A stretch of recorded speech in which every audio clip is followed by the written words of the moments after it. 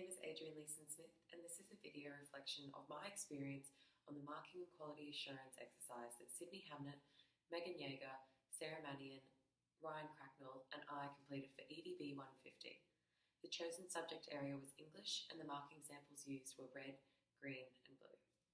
Before beginning the process, each member of our group marked the samples and carefully annotated them to give specific examples that linked to the criteria as evidence. When we met for the marking and quality assurance exercise, our process involved analysing each sample individually and then going through each criterion one by one. As we looked at a criterion, everyone would express what mark they felt the student received and utilised our annotations as examples of this. We also looked to the achievement standards for further discussion and decision making to create more quantifiable data. We also assessed what mark would be reasonable for the year level, rather than just comparing the samples used. Yeah, it's just, I think all their points are valid, but I keep writing like, good use of evidence, but there's no explanation after. Yeah. I need to know your interpretation. I put a C because I tend to write SS in here a little bit, which is structure. She keeps referring to them as Jewish, that's the big thing. I've circled it 3 times, I believe, and I've either said it's Jews or Jewish people. I said you haven't mentioned the text, so you haven't mentioned any main points. They haven't mentioned the characters. But the only reason I said, most, because it's only mostly effective, they've done the firstly, the secondly, the thirdly, they've concluded with they've repeated which I consider it's not a real thesis statement, but their version of it. They've gone, French is the most important, blah, blah, blah. They've done the same thing at the end, which I think is mostly effective. They've done that. I do say there's no mention of main points or evidence from the text here. I would not know what your essay is about. And they did use in every single paragraph evidence. And even though they talked about the film, they didn't give quotations. They gave really specific scenes, and they talked about what the audience was seeing.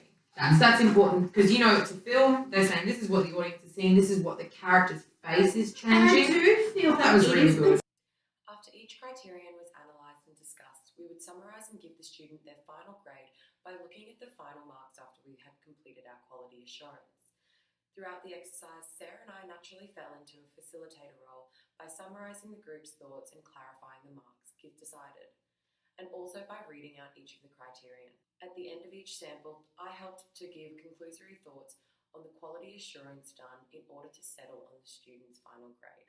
Yeah, I feel like we had a lot of discussion about, yes, it's a C, or maybe this is between a C and a B. We only have one about maybe potentially being a D, which we end up saying is a C. So I think it's C+. Yeah, I'm happy with the C+. Minus, emphasis. I don't think someone who has 3 Ds should be B minus. I agree. That pulls it down a lot. Yeah, that's the thing that's getting me. That spelling and that. The thing is, they had it on a task sheet in front of them and they didn't capitalise any of them. And this is the one that got the title wrong. Yeah. They don't know the own title of the text. Which isn't to discount them on that. I think C+. I was B minus C+, but looking at how low this bottom bit is, it's still, I would say 30% at least. But they're still in a pass, and it shows that they have strong skills in. And they should look at this and say, oh wow, I got B's in this section. That's fantastic. And they did a really good job there. Okay. Because I wrote as well, you are forgetting almost all capitals for names and titles. Most of this was on your task sheet to copy. Yes.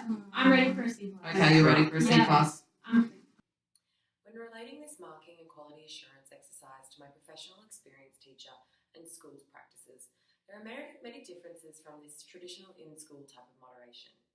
Due to the size of the school, each grade only had 1 class, making it difficult for my teacher to moderate and compare with other teachers from other classes, as there were none. Quality assurance was done through panel in a nearby city, which involved other towns in the region. My teacher met there with 2 other teachers in his subject area, which was history and English, and together they assessed the marking done by the student's teacher and the quality assurance made by each other to assess whether the students stayed on their grade they received or if it should be changed. Although there were other teachers at his school that were in the same area as him that he could moderate with, panel allows him to see how he is going and adjust.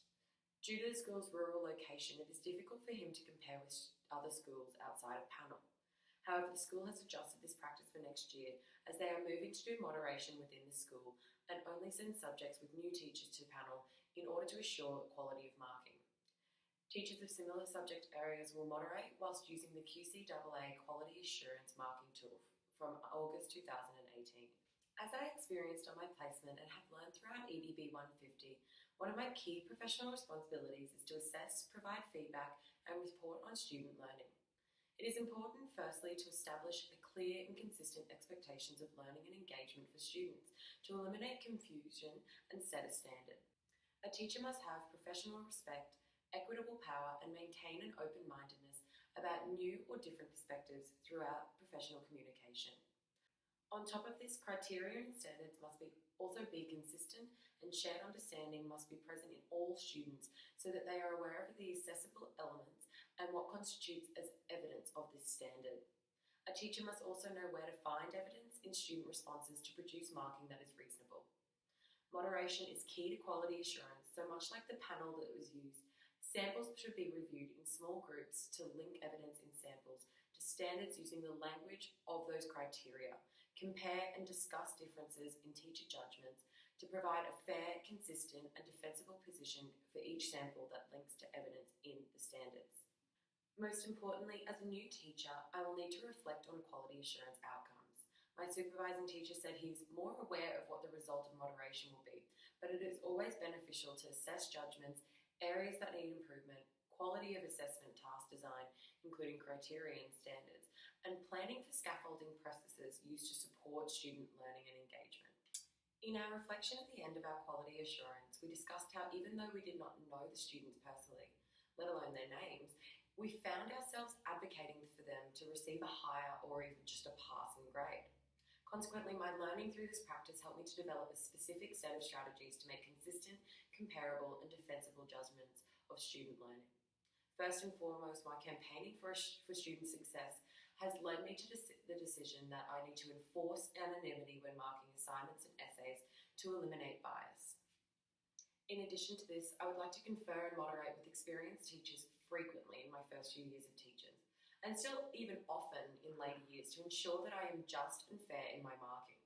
Consequently, I will need to form positive relationships with colleagues in order to safeguard this strategy, much like the staff at my professional experience school shared. I will also utilise resources available to me, such as the QCAA Quality Assurance Marking Tool. As a graduate, I am required to demonstrate understanding of assessment moderation and its application to support consistent and comparable judgments of student learning. To summarise, this exercise and my professional experience has taught me the importance of quality assurance and helped me to begin to understand how to utilise it. Thank you for watching.